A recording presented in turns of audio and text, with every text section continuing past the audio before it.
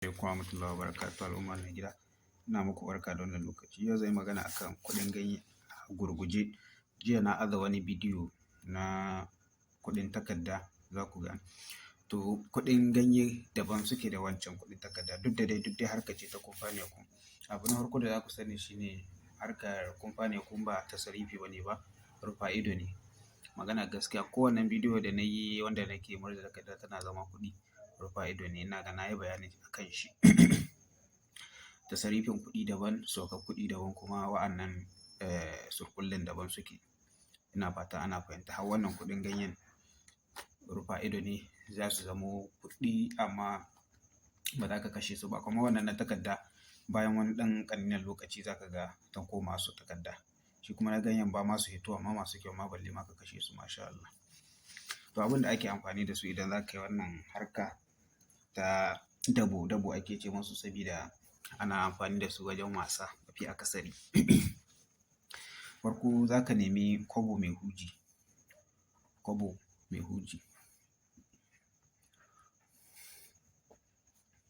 Wannan mai huji ta daɗin nan. Kan hawainiya.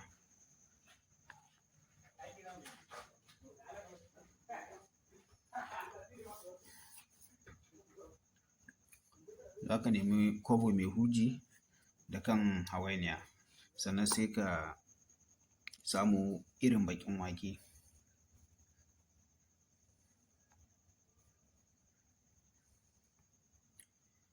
Sai ka nemo kasko na ƙasa. Ka samu allo.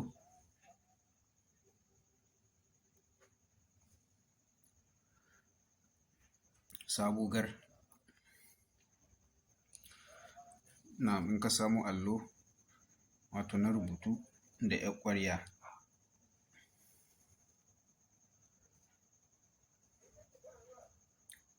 Tama sabuwa. Abun da ake amfani da shi shine za ka nemo kan wahainiya wacce ba kai ka kashe ta ba, ba ka san yadda aka yi ta mutu ba. Ina fatan an gane. To kan wannan wahainiya irin ga hanya haka wacce ka gani ga hanya ko da wahainiya ce kan da ake buƙata sai ka nemo irin baƙin wake.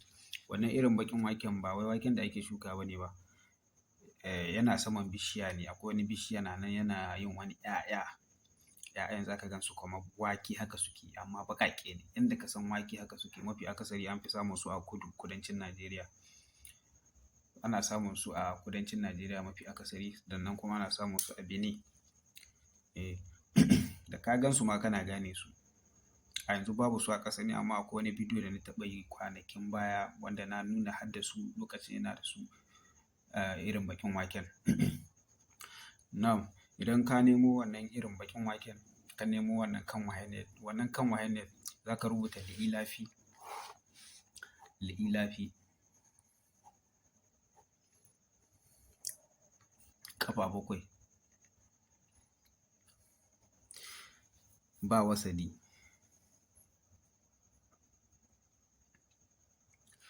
Sai ka rubuta kuma wata ƙafa 7 ba ɗigo. Idan aka ce ba ɗigo ina nufin babu wani ƙwan mai ruwa, duk wani ɗigo wanda ka sani babu su gaba ɗaya. Ina fata an fahimta.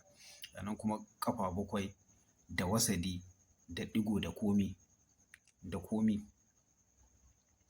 Komi da komi shi kuma za ka sa.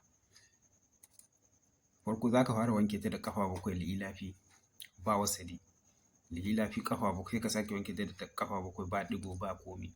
Ba ɗigo amma da wasali. Sannan ka rubuta ƙafa 7 shi kuma da komi. Sannan ba Hausa ajami za ka saka rubuta shi ba. Ina fata an fahimta. Yauwa ba irin rubutun mu na Hausa ajami ba. Asalin rubutu ake buƙata. Bayan ka wanke shi, ka wanke wannan kan sai ka nemo wannan irin baƙin waken. Sai ka buɗe wannan bakin sai ka zuba wannan irin baƙin waken. Bayan ka zuba shi sai ka je ka nemi kasko na ƙasa. Sai ka nemo ƙasa ka zuba. In ka zuba a ciki sai ka samu wuri amma ba a ɗaki ake sawa ba. Wajen za ka ajiye wannan kaskon. Sannan za ka je ka rubuta inna ma amruhu idza arada shay'an an yakuna lahu kun fayakun. Haka za ka rubuta kana wannan ban ruwan har zuwa kwana 7. Ran na 7 za ka ga wannan irin bakin waken ya hito, ya hidda wato ganye ƙwara 7. In ya hidda wannan ganyen ƙwara 7, kowane ganyen za ka rubuta mai kumfa ne kun. Za ka bar shi ba zai ƙara wani ganye ba har sai sati ya juyo. Idan sati ya juyo za ka ga wannan kumfa ne kun naka sun ɓace gabaki ɗaya a jikin wannan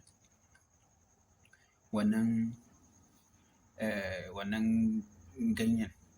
Sannan idan tun farko fa in ka rubuta inna ma amruhu ɗin nan, ba a son a yi ruwan sama ya taɓi wannan abin. Idan aka yi ruwan sama ya taɓi wannan abin, ba wai ruwan da kake yin wannan ban ruwan ba, ruwan rubutun, aiki ya lalace. Sannan kullum ne za ka rubuta wannan inna ma amruhu ɗin, ka je ka yi ban ruwan wannan irin baƙin waken har sai kwana 7. Na'am, to idan ka rubuta wannan kumfa ne kun, in ka zo za ka zo ka sami wancan kumfa ne kun ɗin sun ɓace. To idan ka same su sun ɓace, sannan za ka ɗauki wannan kwabo mai huji. Kwabo mai huji za ka sa ta cikin wannan ƙwaryar. Sai ka tsintsinko wannan ganyen, ka tsintsinko shi. In ka tsintsinko shi za ka zo wannan kwabo mai hujin tana cikin wannan ƙwaryar. Za ka rubuta wani inna ma amruhu idza arada shay'an an yakuna lahu kun fayakun, ka wanke a cikin wannan ƙwaryar. Kana mutsuka, kana mutsuka, kana mutsuka, kana mutsuka. Sai ka ɗauki ruwan wannan rubutun sai ka sha. In ka sha wannan ruwan rubutun, wannan kwabin mai huji. Wannan kwabin mai huji za ku ga haka tana da wani hatimi a baya, ina fata an gane. Ba haka ba, wannan hatimin ba. Za ka ga tana da hatimin haka na wannan da na yi bayani shi kwanakin ba mai kusurwa biyar. Za ku ga a tsakiya akwai wani rami. To a wannan ramin ne za ka ji daman ka tsintsinke wannan ganyen, amma akwai wannan tushen tsaye. To wannan tushen sai ka ɗauko wannan kwabin mai huji sai ka sa haka. Ina fata an gane. To idan ka sa shi haka nan, idan ka sa wannan kwabin mai huji haka nan, to duk lokacin da ka zo ga ganye, inda ka ɗebo ganye a cikin ranka, ko nawa ne ka sa a cikin ranka, kana murtsuka, kana karanta inna ma amruhu idza arada shay'an an yakuna lahu. To kana cewa kun wani yakun ɗin nan za ka kuɗaɗen suna sauka. Ganyen yana murza, kuɗi suna sauka. To amma wannan kuɗi ba sa ɓacewa, amma ba ma su hitowa na ƙwarai, kuma ba a kashe su. Ko da wai ka yi su ba za ka kashe su ba. Haka ne ƙa'ida yake. Shi kawai wannan dan wasa ne, ba wai dan kashewa ba. Ina fata an fahimta. To lalle haka ne ake haɗa shi wannan laƙani na ganye. Amma laƙani na ganye kala-kala ne. Kala-kala ne, amma mafi akasari wannan shi ne ake amfani da su. Ina fata an fahimta, masha Allah. Amma ka sani duk lokacin da wannan tushen ya bushe, ko kuma aka yi ruwa suka taɓi wannan tushen, to shi ma aikin ka ya lalace. Ko da kana yi da can, shi ma aiki ya lalace. To masha Allah. Sannan waɗanda suke zuwa saman Facebook suna yi mini tambayoyi. Sabida wani bi in sun zo a private, gaskiya tambayoyi suna yin yawa, wani ban ma samu ansa. To amma duk wanda yake da tambaya, shi yasa wani bi ina koma saman inda ko WhatsApp ɗina, inda babu jama'a sosai, ina da group, kowa kuma ina samun lokaci insha Allah ina tattauna da shi. Kowane group ɗin da mutum yake.